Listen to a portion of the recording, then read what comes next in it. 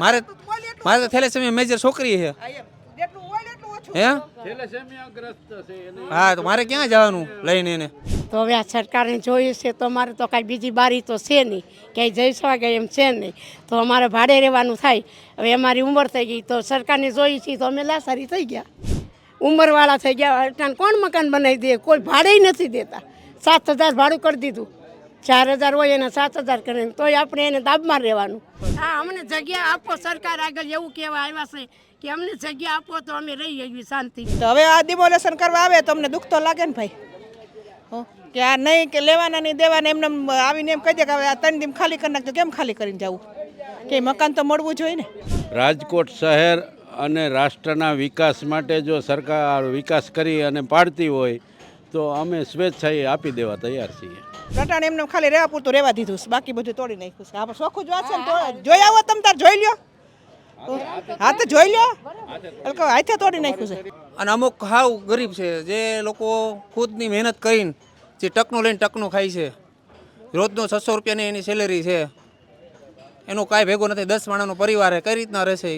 ભાઈ જો કે આ સરકારની જમીન છે એટલે અમારે સોંપવી પડે, એમાં ના નથી, પણ થોડોક ટાઈમ દીધો હોત 6-7 મહિનાનો તો આ પબ્લિકને થોડુંક સારું રહે. બાકી તો જો કે તમે અત્યારે કામ ઉખેડું છે એટલે તમે કરવાના જ છો. આવતીકાલે જંગલેશ્વરમાં મેગા ડિમોલેશન હાથ ધરાવવાનું છે, ત્યારે સ્થાનિકો જે છે કે જેના મકાન જે છે તે કપાતમાં આવી રહ્યા છે, તેમના દ્વારા સ્વૈચ્છિક રીતે અત્યારે પોતાનો માલ સામાન જે છે તે ફેરવી રહ્યા છે. આપ જે પ્રકારે આ દ્રશ્યો જોઈ રહ્યા છો કે જે અહીંયા નિશાનો પીડા કરવામાં આવ્યા છે, તે અનેક મકાનો અહીંયા કપાઈ રહ્યા છે. અહીંયા ઘણા સ્થાનિકો છે, તેમની સાથે વાત કરવાનો પ્રયાસ કરીશું. કાકા, તમારું મકાન અહીંયા કપાઈ રહ્યું છે? હા, હું 1990માં અહીંયા રહેવા આવ્યો.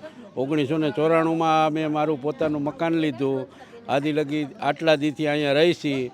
રાજકોટ શહેર અને રાષ્ટ્રના વિકાસ માટે જો સરકાર વિકાસ કરી અને પાડતી હોય તો અમે સ્વેચ્છાએ આપી દેવા તૈયાર છીએ.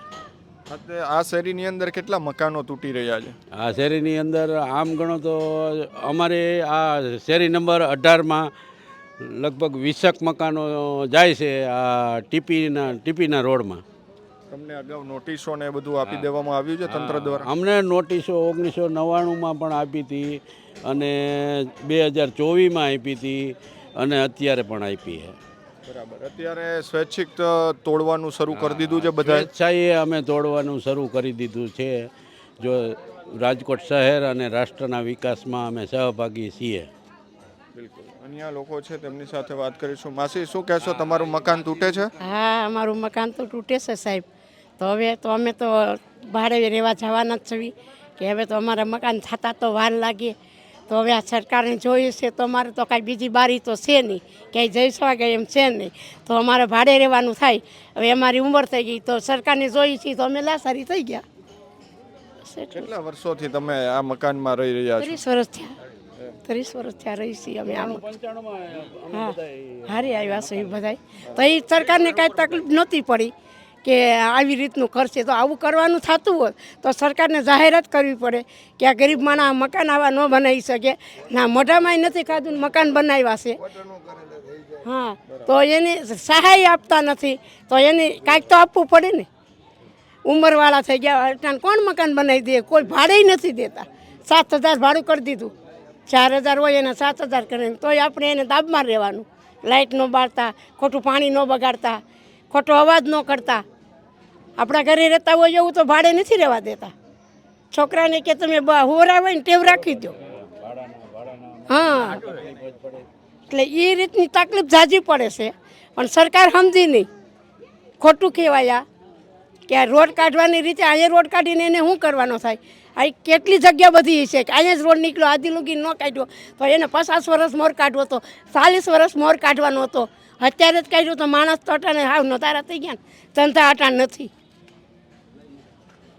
શું માંગ શું છે તમારી? મારી માગે છે અમને ક્વાર્ટર આપો, કાંઈ કે અમને કાંઈ પલોટ આપો. હા, અમને જગ્યા આપો સરકાર આગળ, એવું કહેવા આવ્યા છે કે અમને જગ્યા આપો તો અમે રહી જઈએ શાંતિથી. ઘણા લોકોએ આવાસના ફોર્મ ભર્યા છે, તેમને સરકાર અત્યારે આવાસ પણ આપી રહી છે, એ ખબર છે તમને? ના, એ નથી ખબર અમને, એ કાંઈ ખબર નથી ભાઈ. અમે કામ કરીએ જતા આવી, સવારે 8 વાગે વ્યા જાય, સાંજે આવી તો શું થતું હોય અમને કેમ ખબર પડે? કાંઈક મજૂરી કરતા હોય તો પછી કાંઈ ખબર નથી. બોલાવો જોઈ બાઈ ઉભા. બેન શું કહેશો, તમે કેટલા વર્ષોથી અહીંયા રહ્યો છો? અમે 33 વર્ષ થયા રહેશે. મારા લગ્ન જ અહીં થયા છે. એટલે કહું, મારા લગ્ન અહીંયા થયા, છોકરાના લગ્ન અહીંયા થયા છે. 33 વર્ષ થયા રહી છીએ આમને. તો હવે આ ડિમોલેશન કરવા આવે તો અમને દુઃખ તો લાગે ને ભાઈ. હો કે આ નહીં કે લેવાના નહીં દેવાના એમને આવીને એમ કહી દે કે હવે આ 3 દિન ખાલી કરી નાખજો. કેમ ખાલી કરીને જવું? કે મકાન તો મળવું જોઈએ ને. અત્યારે તમારું મકાન તમે તોડી રહ્યા છો કે શું? ના, અમારે તટાણે તો એટલે પહેલામાં આવ્યું હતું ને એટલે અમારે 3 મહિના કેસ 3 મહિના કાંઈ નહીં થયા. એટલે અટાણે શાંતિથી બેઠા છે. આમ તો તોડી તો વાયરું છે પહેલાં જ. ઓલી 28 તારીખે આવ્યું હતું તો એ જ તોડી વાયરું છે. અટાણે એમને ખાલી રહેવા પૂરતું રહેવા દીધું છે. બાકી બધું તોડી નાખ્યું છે. આપણે શોખું જ વાત છે ને. જોઈ આવો તમે તાર જોઈ લ્યો. હા તો જોઈ લ્યો. એટલે હાથે તોડી નાખ્યું છે. શેરીમાં કેટલા મકાન અત્યારે જાય છે કપાતની અંદર? અટાણે અમારા શહેરમાં દેખાય ન જાય. 3 મહિના પછી જે થવું છે થાય. 3 મહિના આ બધા જાય છે. હા એમ આ અટાણે આ બધા જાય છે. બાકી અમારે ઓલી શેરી આવે છે. હા 3 મહિના ને પછી જે અમારે જે થવું છે એ થાય. શું માંગ છે આપની સરકાર? માંગ તો હોય ને ભાઈ, કાંઈક અમને આધાર તો દેવો પડશે ને. એટલે આટલું અમે દઈ દેતા હોય નામ અમારે તો અમારે જવું ક્યાં? અમે 10 માણાનું ઘરમાં 10-12 જણાની વસ્તુ ઘરમાં હોય તો જવું બધાને ક્યાં? તો અહીંયાના સ્થાનિક લોકો છે. કાકા શું કહેશો, તમે અત્યારે તમારું મકાન તોડી રહ્યા છો કે શું છે? અટાણે નથી આવતું, બાજુમાં રહી ગયું, ત્યાંથી રોડ નિહેરો છે. 3 મહિના પછી તો શું ખબર પડે, ખબર આપે કે ના આપે કાંઈ. અત્યારે અહીંયા કેટલા મકાન ગલીમાં તૂટે છે? આ ગલીમાં તો આ રહ્યા આટલા તૂટે. હા, ચાર મકાનની લાઈનમાં એક સાથે જાય છે આમ. એટલે એમાં સમજો ને આ લોકોને સ્ટે આવ્યો એ લોકો નથી, બધાને છે ને આપી નોટિસ તો બધાને આપેલી જ છે. બધા સહી પાડવાનું ચાલુ કરી દીધું છે. અને અમુક હાવ ગરીબ છે જે લોકો ખુદની મહેનત કરીને જે ટકનું લઈને ટકનું ખાય છે. રોજનો 600 રૂપિયાની એની સેલેરી છે. એનું કાંઈ ભેગું નથી. 10 માણસનો પરિવાર કઈ રીતના રહેશે એ? અને કોઈ સામે કોઈ જાતની સુવિધા નથી. એમ કે તમને ટ્રેક્ટર આપી, ટ્રેક્ટર સામાન નાખવાનો ક્યાં છે એ ગયો? રાખશું ક્યાં? તમે આપશો સામાન ક્યાં મેકવો એનો? છોકરાઓને ક્યાં રાખવા? સમજાવો હાલો અમને. હે ભાઈ, સ્કૂલની વાત તો પછી. અત્યારે છોકરાને સુરાવા ક્યાં? સાંજ પડે તો રાખવા ક્યાં? કોણ એમ કે ભાડે મારું મકાન ખાલી છે મને બતાવો હાલો.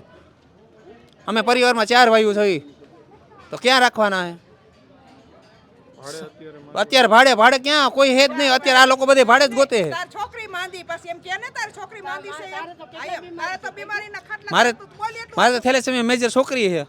જેટલું હોય એટલું ઓછું. હે થેલેસેમિયાગ્રસ્ત છે એને હા, તો મારે ક્યાં જવાનું લઈને એને? બ્લડ ટ્રાન્સપ્લાન્ટ કરાવે. 18 વર્ષથી હું એક કન્ટિન્યુ છું.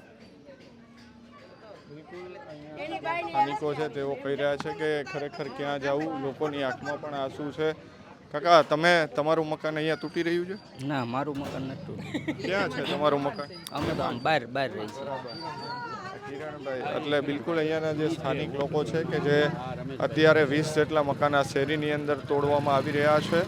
અને અલગ અલગ કપાતની અંદર ટીપી સ્કીમની અંદર આવતા જે મકાનો જે છે તે અત્યારે સ્વૈચ્છિક હવે પોતાના ખાલી કરી અને સ્વૈચ્છિક ડિમોલેશન જે છે તે અત્યારે હાથ ધરવામાં આવી રહ્યું છે. આ બેન છે, તેમની સાથે આપણે વાત કરીશું.